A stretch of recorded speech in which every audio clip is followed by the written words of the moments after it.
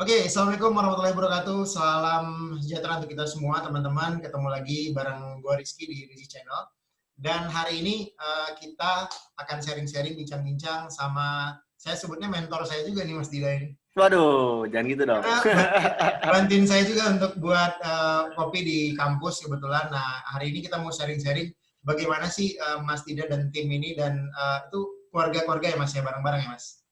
Ya, Nah, dan tim keluarga lah. dan keluarga juga bagaimana membangun Kopi Sagale dari nol sampai sekarang punya 6 cabang, baik itu di Bandung dan di Jakarta. Ada 5 berarti Mas ya di Jakarta ya? Jakarta ada 4, 1 Tangsel. Tangsel, 1 Tangsel. Oke, Ya, kita Bintar. perkenalkan, ini ada Mas Dida dari Sagale. Mas, terima kasih Mas. Ya, Udah sama-sama lo. bersedia Terima kasih udah diundang nih. sharing juga di sini di channel baru Mas, sebenarnya ini channel Ya, kita. Cuman nih selama pandemik saya buat ini untuk menginspirasi teman-teman di kampus, anak-anak kampus sih khususnya untuk berani berbisnis sih Mas. oke. Gitu. Nah Mas Dida, Siap, boleh dong siap, Mas siap. cerita di awal mulanya Sagale itu dibuat gimana sih Mas ceritanya? Pasti banyak yang nggak tahu nih Mas. Ya, sebenarnya kalau Sagale sendiri kan untuk teman-teman yang belum tahu, emang kita sudah berdiri itu dari tahun 2017. 17. Jadi, udah 3 tahun berjalan nih. 3 tahun berjalan, awalnya itu pada bulan kita kick off itu bulan April. April April ya? 2017 ya, April 2017. Nah, kita awal mulanya memang yang sebelumnya kita harusnya ngejalanin satu usaha orang tua. Jadi kita berenam itu yaitu suami istri, terus saling ada ikatan kakak adik juga. Nah, kita bikin istilahnya apa ya, project bisnis lah, project bisnis bareng kita berenam ini untuk saling kenal gimana sih cara kerja bareng dan sebagainya. Ya udah muncullah ide karena kita suka ngopi gitu ya, basically kita suka ngopi dan pada saat itu belum begitu booming. Iya. Dan kita juga berpikir bahwa ya udah kita bikin kopi-kopi rumahan aja yuk gitu, kita mulai dari yang kecil-kecil aja lah, nggak usah yang neko-neko, nggak usah yang langsung kafe gitu. Iya. Karena secara modal kan dulu kan juga kita nggak punya modal yang besar kan. Ya udah kita terpikirlah dan tercetuslah bikin kopi. Tadi emang awalnya mau bikinnya itu tempatnya di restoran orang tua, restoran Padang, yang sepakat namanya. Iya. Tapi secara lihat tempatnya nyata tidak memungkinkan, ya udah kita bikin di rumah aja yuk, jualan online dengan modal yang terbatas. Udah riset, terus kita mulai cari bahan bakunya seperti apa, mau bikin kopinya seperti apa, terus target market seperti apa, kita susun, kita buat deh tuh yang namanya Sagale gitu. Nah, kenapa namanya Sagale? Awalnya sih memang karena orang tua punya restoran Padang gitu ya, dan keluarga istri juga ada darah Padangnya.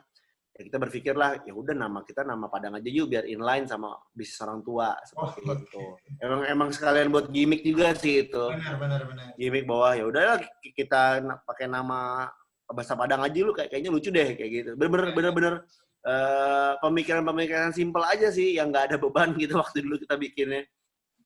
Udah sampai akhirnya kita berkembang punya toko kecil di bilangan Sungai Sambas.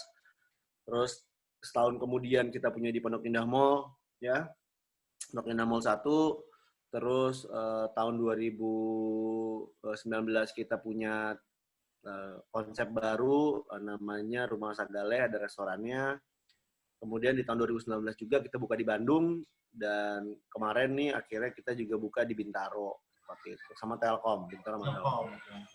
Nah, Telkom. Jadi ya alhamdulillah sih perjalanannya dari tahun 2017 sampai 2020 nih ya berkembang. Biarpun memang masih banyak brand yang lain yang lebih pesat ya, tapi memang secara perkembangan Sagale itu emang kita tuh organik banget, organik yang memang secara targetnya juga, kalau dibilang target tinggi sih pasti ada, tapi memang kita benar-benar milih banget sih untuk mengembangkan suatu bisnis itu kayak gitu.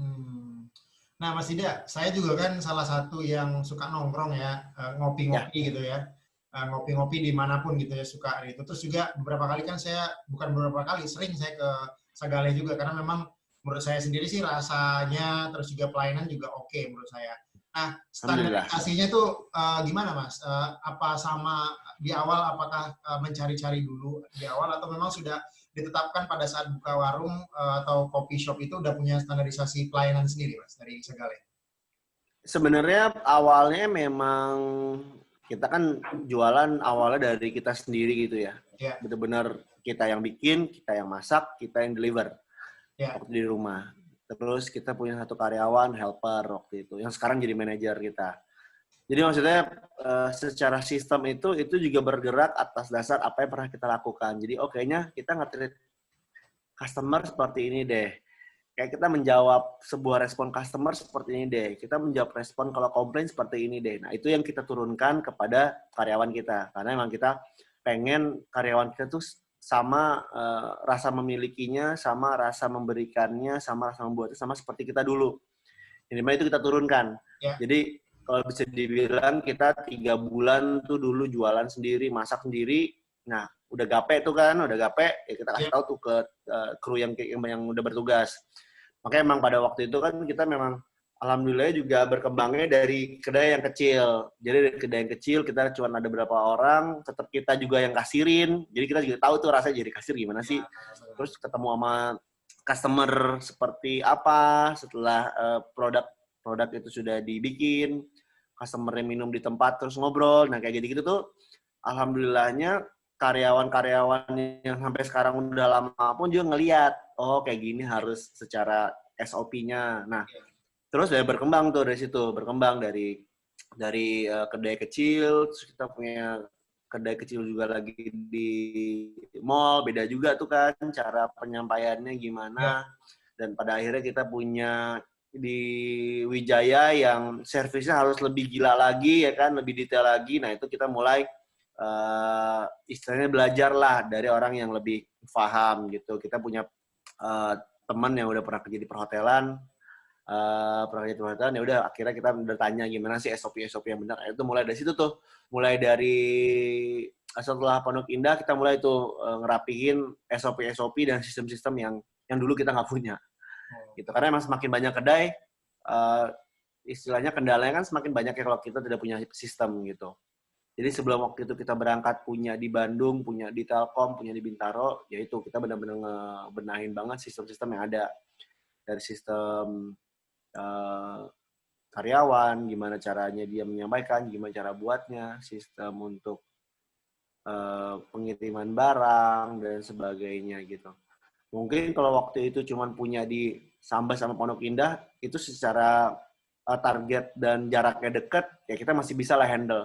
Tapi kalau udah ada di daerah Bintaro, di gedung Telkom dan Bandung dan sebagainya, nantinya pun kalau misalnya kita tidak memiliki sistem itu ya susah juga. Karena kan kita nggak bisa, kita berenam kan tidak bisa membagi badan untuk di tiap cabang kayak gitu loh ya kan. Benar. Nah, Mas Ida, tadi udah dikasih tahu kalau memang awalnya memang orang tua sudah punya bisnis duluan ya, namanya warung apa? RM Sepakat. Ya, rumah RM Sepakat gitu. Berarti otomatis dari kecil memang Mas Ida sudah diajarkan untuk apa ya, tahu mengenai bisnis seperti apa. Terus juga warga juga pasti kan Bapak Ibu ngajarin, oh begini loh cara bisnis gitu. Apa banyak belajar dari itu? Apa memang kan Mas Ida juga kuliah di BINUS kalau nggak salah ya? Iya, lulusan IT, tapi nggak kepake. Kan, nanti di sistem mungkin kepake kali ya, Mas. Ya sebenarnya kalau ini ya. Ya sebenarnya kalau untuk yang keluarga bisnis adalah keluarga istri. Jadi mertua saya yang dia adalah generasi kedua dari RM Sepakat. Kalau orang tua saya sih benar-benar apa ya, bisa dibilang S1, S2, S3 kayak gitu loh. Terus pegawai negeri. Akademisi ya. Nah, iya pegawai negeri. Sedangkan kalau gue kan S1 semester 1 yang nasakom gitu loh. Jadi tapi maksud gue adalah kalau dari gue sendiri dari SMA emang gue udah suka bisnis dari gue sendiri. Gue juga nggak tahu kenapa tuh. Gue nggak tahu kenapa dari passionnya gue adalah emang gue suka ketemu orang dan gue suka berbisnis. Dulu gue SMA pernah punya IO sama teman-teman SMA. Jadi dari kelas 2 SMA tuh kita bikin IO untuk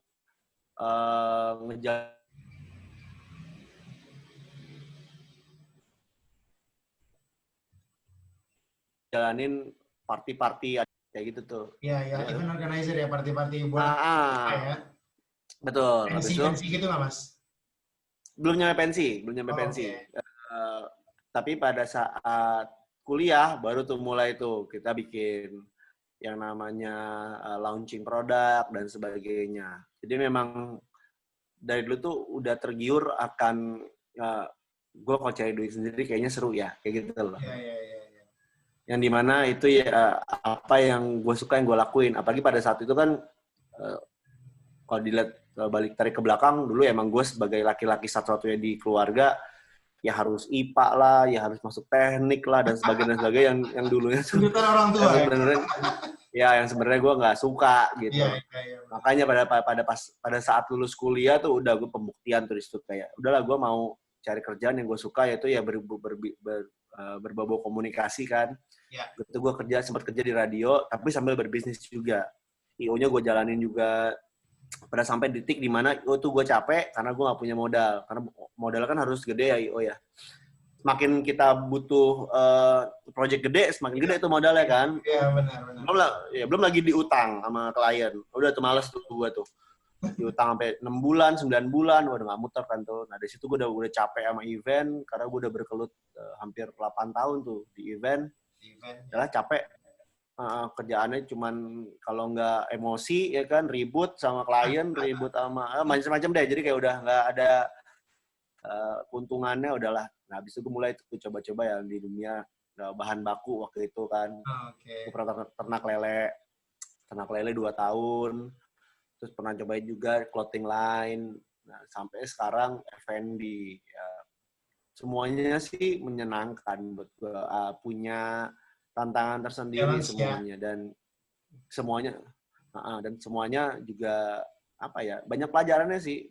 Yang pelajaran paling penting waktu di lele tuh gue rugi sampai 70 juta, duit sendiri, harus ganti sendiri. Tapi ya esensinya sih kalau dari gue cuman bilang ya itu anggap aja itu gue bayar kuliah kehidupan gitu. Iya, benar. Kuliah untuk gue nggak boleh nih kayak waktu lele nih gue lepas bisnisnya gitu aja, atau nggak gue urus, gue harus punya sistem yang lebih benar. Nah udah kepake tuh jadinya beberapa poin di mana gue kepake di Sagalenya juga kayak gitu loh. Nah, Mas Dida, boleh tahu nggak, setelah lulus kuliah itu pernah kerja nggak sih, Mas? Kan tadi kan bisnis tuh, pernah nyobain kerja nggak sih sama orang? Pernah. Itu. Gue pernah kerja di radio. Ya, yang radio tadi ya? Itu radio lama tuh. Itu benar-benar gue meniti karir di situ dari yang cuman chief obi fan gitu untuk reporter. Terus siaran sambil jadi PR, terus naik lagi jadi markom. Habis dari markom, gue resign bantuin bisnis temen gue, bisnis broadcasting 2 tahun. Audio post production. Itu jadi marketingnya dia 2 tahun. Habis itu gue balik lagi ke radio lagi tuh 2 tahun untuk jadi station manager. Nah, sebenarnya intinya gue kerja tuh sebenarnya waktu itu gue inget banget omongan orang tua sahabat gue gitu. Tadi gue setelah lulus gue mau langsung full bisnis. Tadinya. Yeah. Tadi ya mau full bisnis. Tapi ya karena ada satu sosok orang tua sahabat gitu yang dia juga pebisnis perkebunan pisang pada saat itu. Dia cuma bilang sama gue, lo kalau mau bisnis kerja dulu sama orang gitu. Kerja dulu sama orang. Kenapa om? Gue inget banget bilang gitu. Kenapa om? Biar lo bisa tahu rasanya jadi karyawan dulu gitu. Ya, dari bawah. Terus berapa lama om kalau gue mau kerja? Paling lama 2 tahun, tapi gue bablas sampai 6 tahun gitu. Tapi emang di balik gue kerjanya itu ya gue emang juga punya bisnis yang gue jalanin, tapi emang gak gue seriusin kayak IO tuh. Jadi kayak kalau ada project yang gak masuk di radio OS, biasanya gue yang ambil. Jadi sini gue ambil deh projectnya deh. Ya gitu-gitu tuh. Jadi di situ gue belajar tuh dari yang cuman bukan jadi apa-apa, cuman jadi produser doang, cuman jadi reporter doang, terus gue punya anak buah.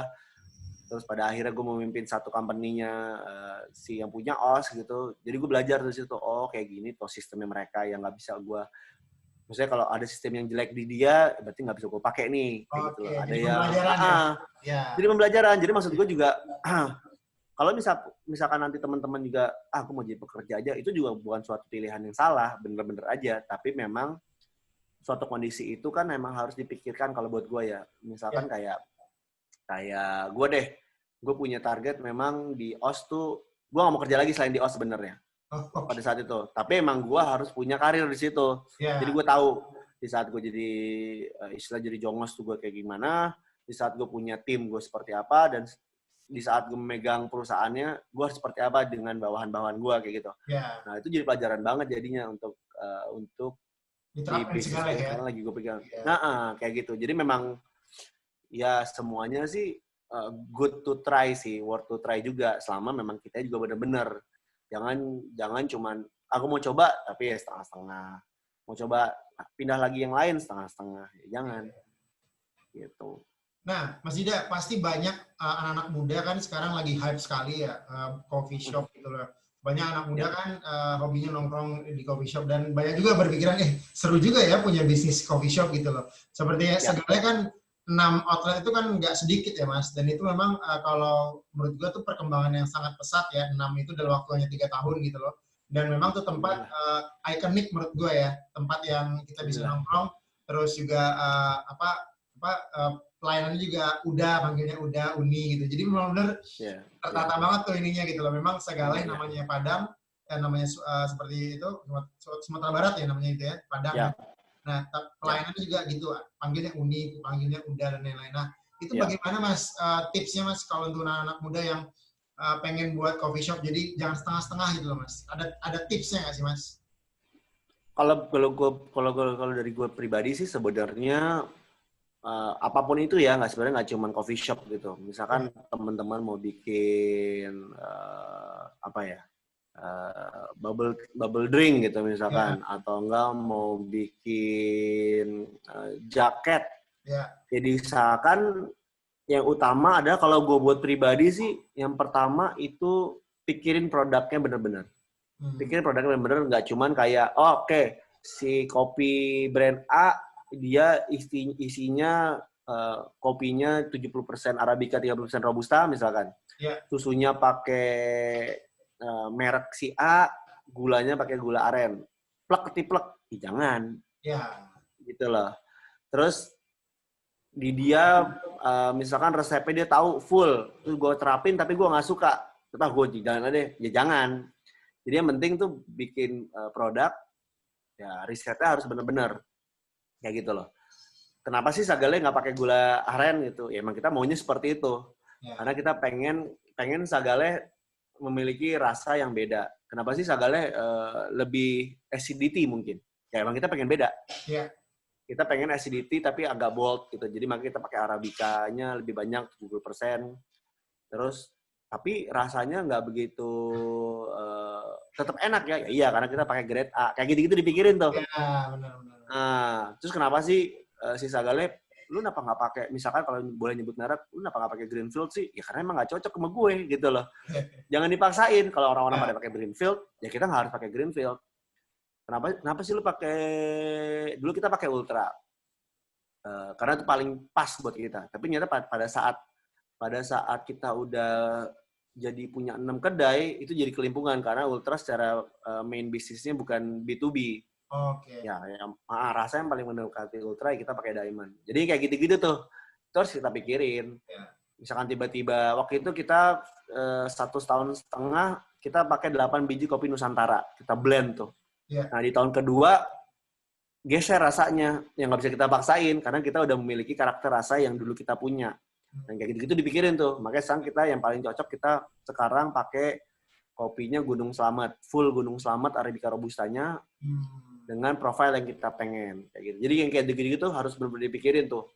Kecuali kalau emang kalian bikinnya cuma mau one hit wonder ya boleh aja, silakan. Nah, itu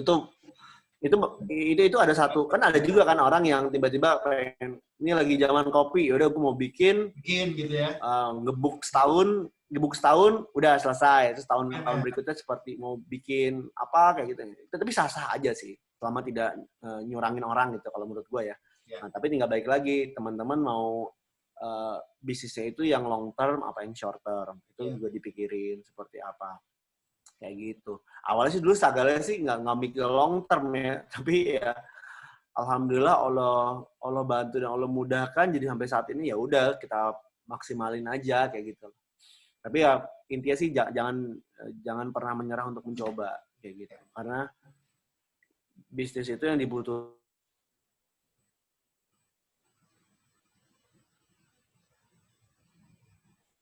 sebenarnya bukan soal bisnisnya, tapi mentalnya juga harus punya.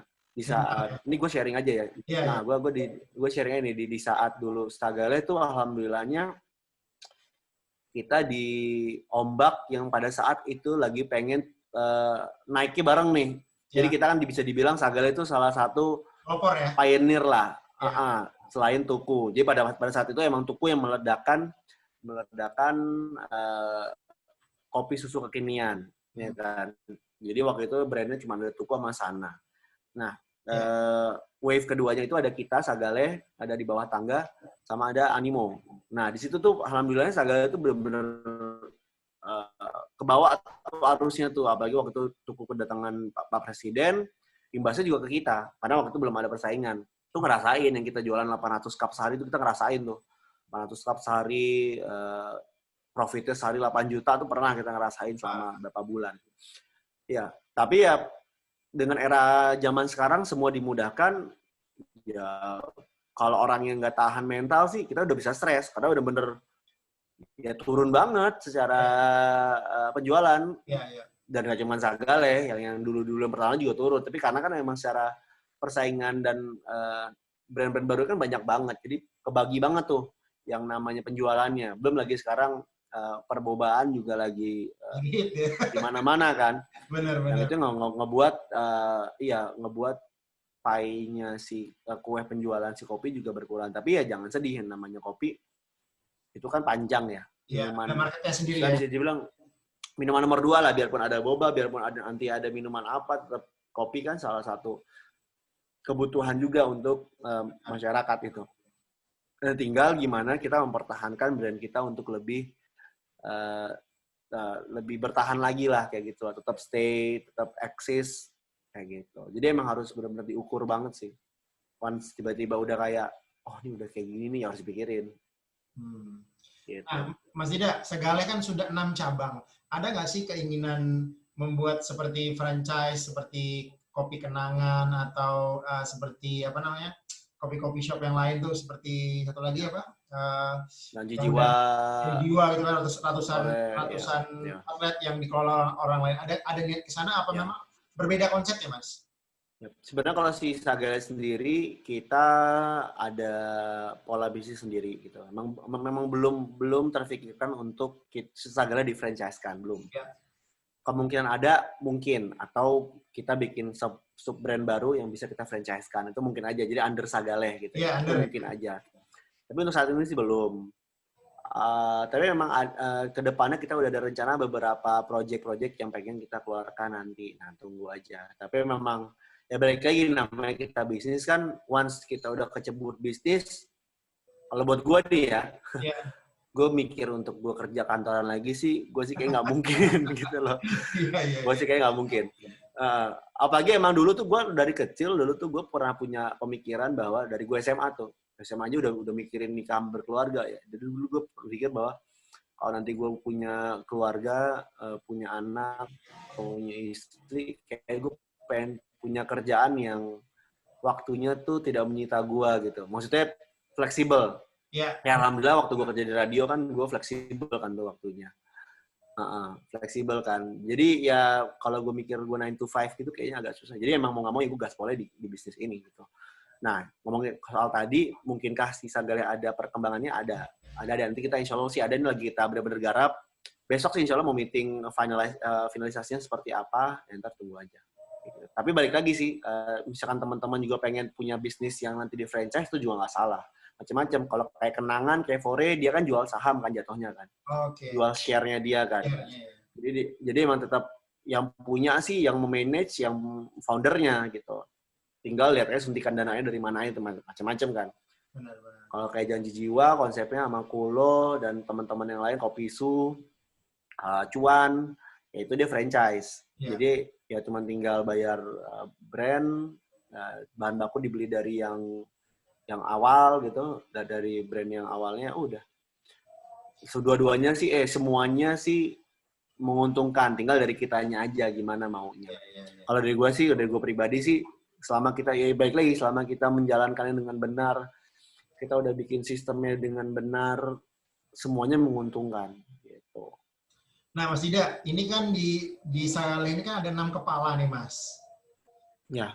Nah, 6 kepala ini pasti otomatis punya ide yang ide-ide yang mungkin berbeda-beda begitu loh. Bagaimana cara untuk memanage biar itu tetap kondusif, Mas? Karena ya namanya bisnis kan hubungan manusia sama manusianya ini dari yang sama-sama membuat ini kan otomatis perlu dijaga, di manage nih. Nah, bagaimana sih cara manage-nya 3 tahun ini, Mas? Pasti nggak mudah, Mas.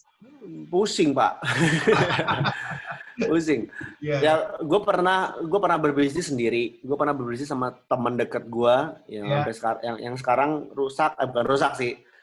Ini teman kantor, sorry. Gue pernah bisa sama teman kantor yang pada akhirnya juga ya udahlah, ya nggak works juga. Gue pernah bisnis sama sahabat gue juga. Tapi untungnya juga ya semuanya sih baik-baik aja sih setelah selesainya gitu. Dan yang sekarang gue bisa sama keluarga.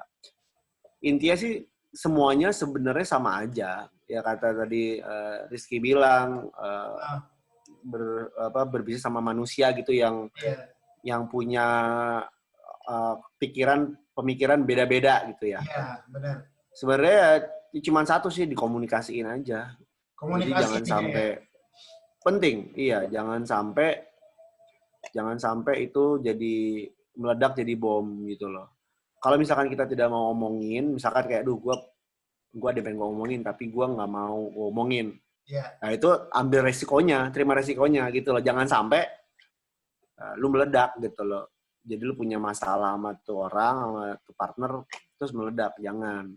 Harus selalu dikomunikasikan. Misalkan kayak, ini udah nggak beres nih, kita harus ngomong. Ya udah, kita harus profesional, bisnis is bisnis gitu loh. Pada saat kita lagi nggak dalam menjalankan bisnis, ya kita family, kita temen. Jadi pada saat ngejalanin bisnis, ya udah. Karena gue pernah, jujur aja gue pernah menjalankan yang dimana kayak udahlah biarin aja deh. Sampai akhirnya gue, ya udah deh, gue tanggung sendiri deh. Mau nggak mau karena gue itu udah konsekuensi gue. Ya itu udah konsekuensi gue yang dimana dulu nggak gue omongin. Benar. Gitu loh. Jadi mau nggak mau, ya udahlah gue selesaiin aja sendiri deh kerugiannya kayak gitu loh. Jadi maksud gue itu jadi pelajaran banget buat gue gitu loh. Makanya gue kenapa kalau sekarang sih yang namanya bisnis kita mau jalan ya speak up, udah gitu aja. No hard feelings, speak up, habis selesai. Harus dikomunikasiin. Karena ya apa ya, kita berhubungan sama uang sih. Uang tuh bener-bener temennya setan. Gue selalu gue selalu bilang ke teman-teman yang pengen bisnis tuh, ya lu hati-hati, lu tuh bermain dengan uang, yang dimana uang temennya setan. Iya, di saat lu bisa berjuang bareng-bareng, di saat ngerasa cuannya gede, terus ada hasutan, ya mudah-mudahan nggak ada hasutan ya. Tapi kalau ada hasutan, kenapa banyak brand pecah kongsi? Ya mungkin salah satunya gara-gara itu, mungkin ya. Nggak tahu juga sih. Tapi maksud gue adalah ya yang ngeri gitu loh. Perputaran duit kalau udah gede tuh semakin ngeri. Jadi mendingan yang steady aja kali ya.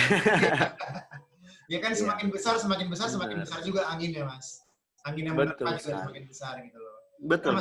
Nah, Mas Dida, gue pengen tahu juga nih, Mas, di era Corona 3 bulan belakangan ini, Mas, bagaimana cara Segale bertahan, Mas, sampai sekarang? Yang pertama, pusing.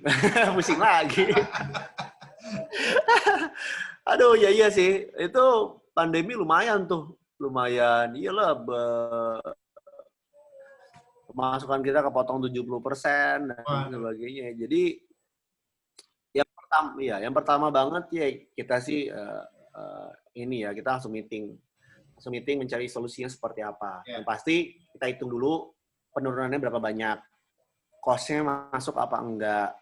Kalau nggak masuk, apa yang harus kita korbankan kayak gitu loh. Jadi kayak buka tutupnya dipercepat kayak gitu kan. Makanya sekarang Sagale kan bukanya lebih lama, lebih siang, tutupnya lebih cepat. Karena bagi lagi kan kita harus paling enggak survival mode dulu kan. Paling enggak anak-anak digaji. Paling enggak anak-anak tidak dipecat, tidak di PHK itu dulu. Terus bisnis tetap jalan. Yang kedua ya kita bikin beberapa menu-menu yang menyesuaikan dengan pandemi ini gitu loh. Kayak misalkan sebenarnya kopi susu Sagales liter tuh udah dari tahun lalu ada. Ya kan? Ingat banget dulu kita rilis kopi susu seliter itu untuk Itikaf tahun 2019. Wah. Jadi untuk teman-teman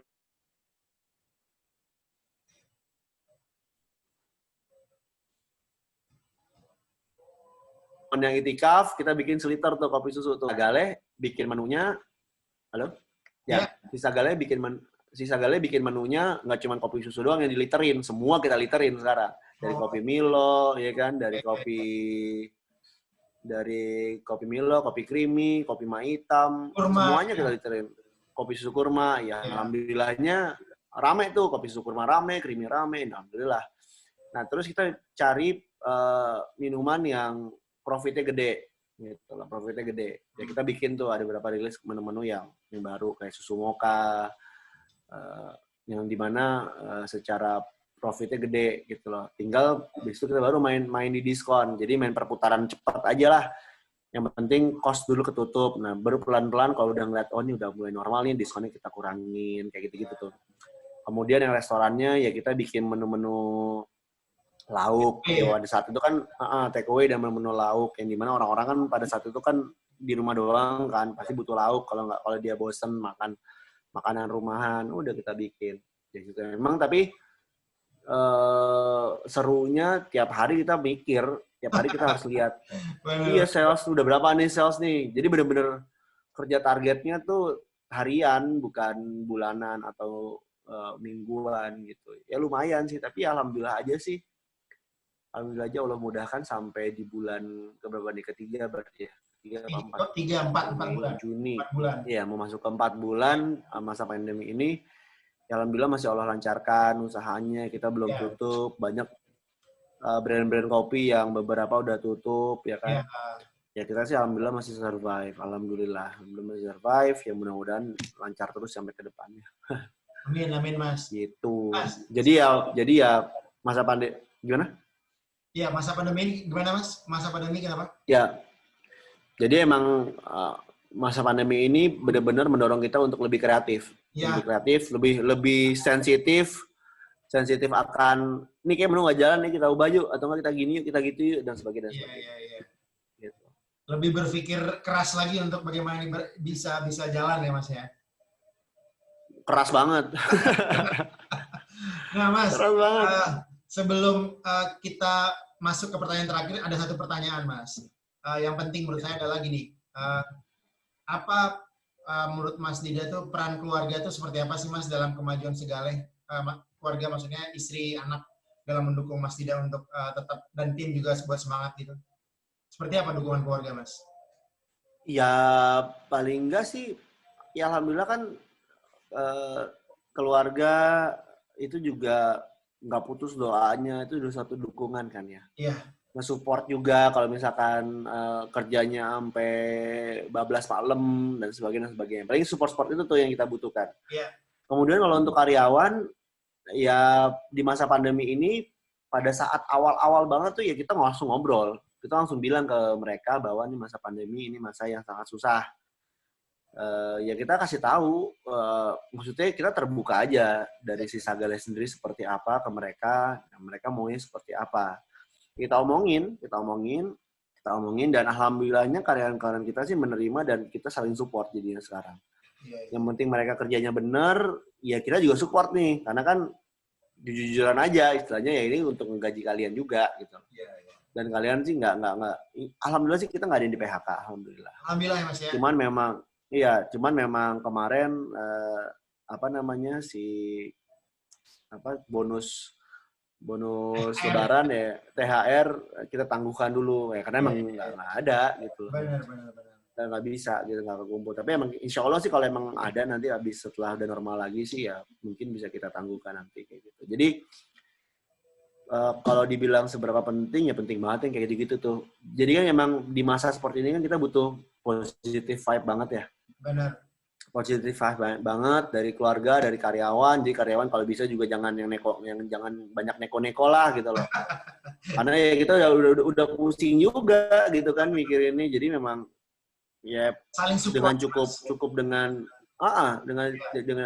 saling support aja sih udah cukup banget buat di masa pandemi ini gitu loh. Gitu.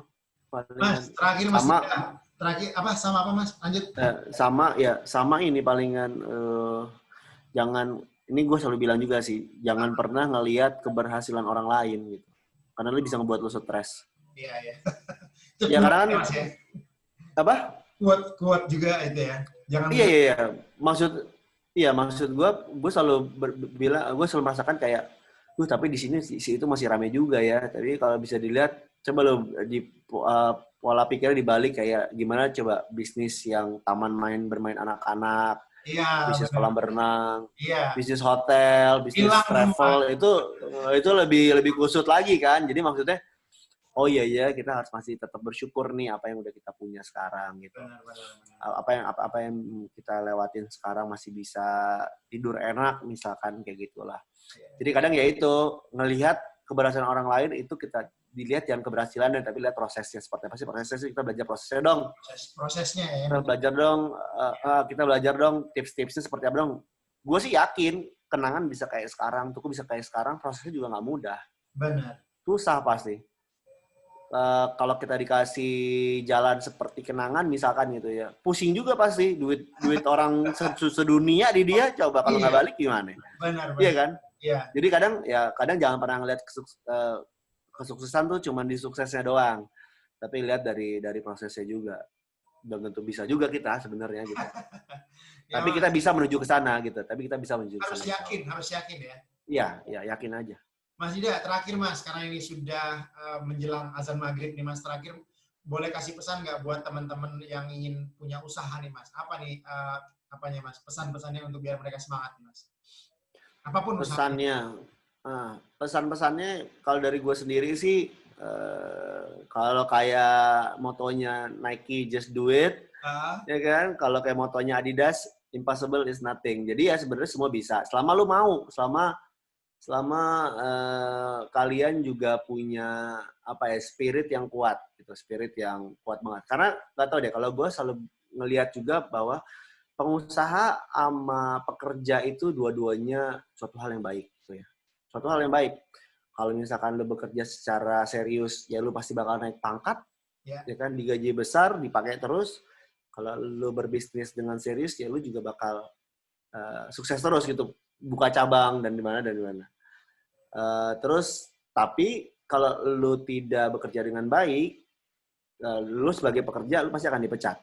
Lu akan tergeser atau enggak lu akan stay di situ aja, bener nggak? Kalau lu tidak bekerja dengan baik di bisnis lu, ya lu bakal bangkrut. Bener nggak? Berarti secara template sama dong.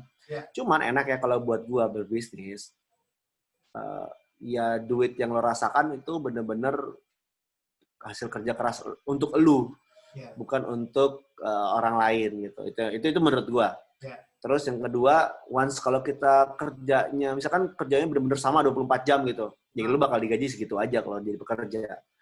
Tapi kalau misalkan jadi pebisnis, ya mungkin lu bisa dapat lebih gede. Ya kan? Lu bisa dapat lebih gede. Cuman memang kalau bedanya lagi, di saat pandemi gini, ya bisnis ya lu harus bener-bener mikir otak aja, gue dapat pemasukan dari mana lagi, itu doang. Tapi sebenarnya kalau misalnya pekerja pun, kalau lo ya baik lagi, kalau dari lo menjadi pekerja yang hebat ya lo akan dipakai, tapi kalau nggak lo pasti di PHK gitu. Intinya adalah ya lo kalau emang lo suka berbisnis tuh jangan pernah takut, jalan aja terus, karena yang namanya rezeki udah ada Allah yang atur. Insya Allah pasti ada jalannya. Yang kedua, bisnis dari yang lo suka. Jadi kayak, gue suka kopi, gue mau ngulik kopi gue suka bikin jaket, ya gue bikin Atau kalau misalkan gue nggak suka, gue bingung mau bikin apa, tapi gue punya duit, ya lu cari partner yang dia pengen berbisnis, dia memberi dan lu menjadi investornya misalkan, itu bisa ya, berarti lu berbisnis juga gitu. Jadi bisnis bukan berarti lu harus bikin, enggak. Lu bisa menjadi investornya kayak gitu loh. Oke, Dan Mas Ida. Terakhir apa tadi Mas Ida? Dan ya dan mentalnya harus kuat. Nah, itu aja. mental ya. Iya. Di saat lo jatuh ya lo terima jatuhnya dan lo harus bangun lagi. Di saat lo kepentok kepalanya, ya udah sakit tapi diobatin terus lo bangun lagi. Ya, bangkit lagi ya. Bangkit lagi yang dia terus. Oke Mas Ida, ini nggak kerasa udah azan maghrib nih Mas Ida. Terima Alhamdulillah kasih. siap. Iya, terima kasih sharingnya hari ini. Mudah-mudahan Sama-sama loh. menginspirasi banyak orang untuk Sama-sama Ki. sukses apapun Amin. bidangnya ya. Sukses juga Ki ya. Ya, Sukses juga apa yang lo terima kasih. kerjain semua teman-teman. Thank you. Terima kasih. Assalamualaikum warahmatullahi wabarakatuh.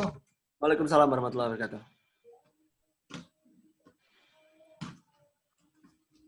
Udah azan Mas?